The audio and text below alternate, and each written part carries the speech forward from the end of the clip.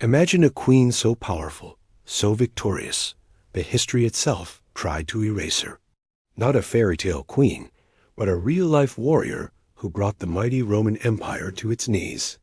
Her name was Zenobia, and her story is one of the greatest aha moments you'll ever have about ancient history. Forget what you think you know, because we're about to uncover the truth they didn't teach you in school. So, who was this incredible woman? Zenobia wasn't just a queen. She was the ruler of the Palmyrene Empire, a desert kingdom centered in what is now modern-day Syria. In the 3rd century A.D., the Roman Empire was in chaos. It was a time known as the crisis of the 3rd century, with emperors rising and falling faster than you can say, "Et tu, Brute?" The empire was fracturing, and in this power vacuum, a brilliant star began to rise in the east. Zenobia's story begins not on a throne, but as the wife of Odaenathus, the ruler of Palmyra. Palmyra was a vital trade hub, a city of incredible wealth connecting the Roman world with Persia and the East. It was technically a client state of Rome, but Odaenathus was a shrewd and ambitious leader. When the Roman Emperor Valerian was humiliatingly captured by the Persians, Odaenathus saw his chance. He took matters into his own hands, defeating the Persian forces and securing Rome's eastern frontier. For his service, Rome named him Corrector of the entire East. He was the de facto king of the eastern Roman provinces, and right by his side was Zenobia. Ancient sources describe her as breathtakingly beautiful, with dark eyes, a powerful voice, and pearly white teeth. But she was so much more than a pretty face. She was a scholar, fluent in Greek, Aramaic, Egyptian, and Latin. She was an expert horsewoman and could march for miles with her troops. She wasn't just a consort. She was a partner in power, a co-ruler in all but name. Then tragedy struck. In 267 A.D., both Odaenathus and his eldest son were assassinated, likely in a political conspiracy. Suddenly, Zenobia was a widow, and her young son, Vabilathus, was the heir. In a world dominated by men, most would have expected her to fade into the background, to be a mere regent for her boy. But Zenobia was not most people. She seized power with an iron grip. She didn't just become a regent. She became the undisputed ruler of Palmyra. This is where the story gets truly epic. Zenobia wasn't content with just ruling Palmyra. She had a grand vision. She saw the weakness of Rome and the strength of her own kingdom. She believed she could carve out her own empire from the fractured Roman state. And she started by playing a brilliant political game. Initially, she maintained the pretense of loyalty to Rome. Coins were minted with her son's face on one side and the Roman emperor as on the other. It was a clever move, suggesting they were simply governing the East on Rome's behalf. But behind the scenes, she was building her army and planning her expansion. Her first major move was audacious. In 270 A.D., she sent her brilliant general Zabdis to invade the Roman province of Arabia. They took it. Then they set their sights on the biggest prize of all, Egypt. Egypt was the breadbasket of the Roman Empire, the source of its grain supply. Controlling Egypt meant having a chokehold on Rome itself. The Roman prefect of Egypt, Tenagino Probus, was a capable commander, but he was no match for the Palmyrene war machine. Zenobia's forces swept into Egypt, and despite a Roman counterattack, they secured the province. In a matter of months, Zenobia had conquered 2 of Rome's most vital eastern territories. Her empire now stretched from modern-day Turkey all the way down to Egypt. She was, for all intents and purposes, the Empress of the East. At the height of her power, Zenobia controlled nearly a third of the Roman Empire. She established a court in Palmyra that was a beacon of culture and learning, attracting scholars and philosophers from across the known world. She styled herself as a descendant of Cleopatra and Dido of Carthage, linking her lineage to other powerful queens who had challenged male-dominated powers. She was building not just an empire, but a new civilization. And now, Rome finally had to take notice. The emperor at the time was Aurelian, Unlike the weak emperors before him, Aurelian was a hardened military man, nicknamed Hand on Hilt for his readiness to draw his sword. He had spent his career reunifying the fractured empire, and he wasn't about to let a barbarian queen tear it apart again. The stage was set for a monumental clash of titans. Zenobia made her final break from Rome.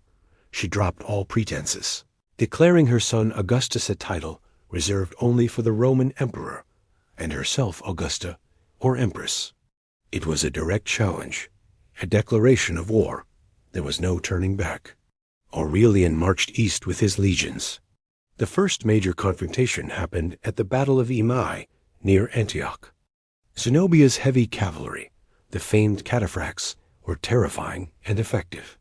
They were fully armored riders on fully armored horses, like ancient tanks. But Aurelian was a master strategist.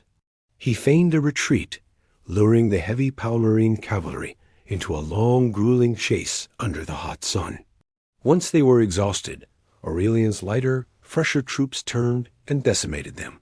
It was a major blow, but Zenobia wasn't defeated yet. She fell back to the city of Emesa for a final stand. The battle was even fiercer than the first. At one point, the Roman line almost broke under the charge of the Palmyrene cavalry, but Aurelian, leading from the front, rallied his men. The tide turned, and once again the Romans were victorious. With her armies shattered, Zenobia had only one option left: retreat to her fortress capital, the magnificent city of Palmyra. Protected by the vast desert, Palmyra was thought to be impregnable. Zenobia believed she could withstand any siege, waiting for the harsh environment to wear the Romans down. Aurelian, however, was relentless. He pursued her across the desert, his legions enduring thirst and attacks from nomadic tribes. He laid siege to Palmyra, cutting off its supply lines. Zenobia, trapped but defiant, tried to rally support from the Persians, Rome's perennial enemy. She even attempted a daring escape on a camel, the fastest in her stables, racing towards the Euphrates River to seek Persian aid. But Roman cavalry intercepted her just before she could cross. The warrior queen was captured. With their queen gone, the spirit of Palmyra broke. The city surrendered. Aurelian, initially, was lenient. He spared the city and took Zenobia and a vast amount of treasure back to Rome. But as he was marching away, Palmyra revolted again. This time, Aurelian's mercy ran out. He turned his army around, marched back, and utterly sacked the city. The glorious capital of the East was reduced to ruins, never to recover its former glory. So what happened to Zenobia? This is where history gets murky, and why her story was suppressed. Roman historians, writing for a Roman audience, had a problem. How do you portray a woman who conquered a third of your empire? How do you celebrate a victory over a female enemy without acknowledging her incredible strength and success, which in their patriarchal world was an uncomfortable truth? So they spun the narrative. Some accounts say she starved herself to death out of shame on the way to Rome. Others suggest she was beheaded. But the most widely accepted version, and the one that served Roman propaganda best, is that she was paraded through the streets of Rome during Aurelian's triumphal procession. Picture the scene: the mighty Emperor Aurelian celebrating his victories, and behind his chariot, a woman bound in golden chains, weighed down by so much jewelry that she could barely walk. This was Zenobia, the fearsome queen of the East, now a public spectacle, a symbol of Rome's power to crush even its most formidable female foe. It was the ultimate humiliation, designed to erase her legacy as a conqueror and recast her as a cautionary tale. After the triumph, Aurelian, perhaps showing a flicker of respect for his vanquished rival, reportedly gave her a villa in Tivoli, near Rome. There, she lived out the rest of her days as a Roman noblewoman, her children marrying into prominent Roman families. She was effectively domesticated, her warrior past washed away, replaced by the quiet life of a Roman matron. And that's how history tried to hide the truth. By focusing on her defeat and humiliation, Roman historians downplayed her incredible achievements.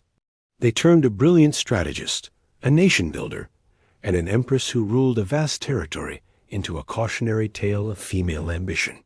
For centuries, she was remembered not for her victories, but for the golden chains she wore in her defeat. But the real Zenobia, the queen who dared to challenge the mightiest empire on earth, who built a kingdom from the sand and held it against all odds, deserves to be remembered for who she truly was. She was a visionary leader, a military genius, and one of the most powerful women in the ancient world. Her story is a powerful reminder that history is often written by the victors, and the truth about those they defeated, especially if they were women who broke the mold, often gets buried. So next time you think about ancient Rome, don't just think about Caesar or Augustus. Remember Zenobia, the warrior queen of Palmyra, the empress of the East, whose ambition was so great, and whose victories were so threatening that history itself had to be rewritten to contain her. Her light was too bright to be extinguished completely. Thank you so much for watching. If you found this story as fascinating as I do, please hit that like button and subscribe for more hidden histories. Let me know in the comments what you think about Zenobia's incredible rise and fall. See you in the next video.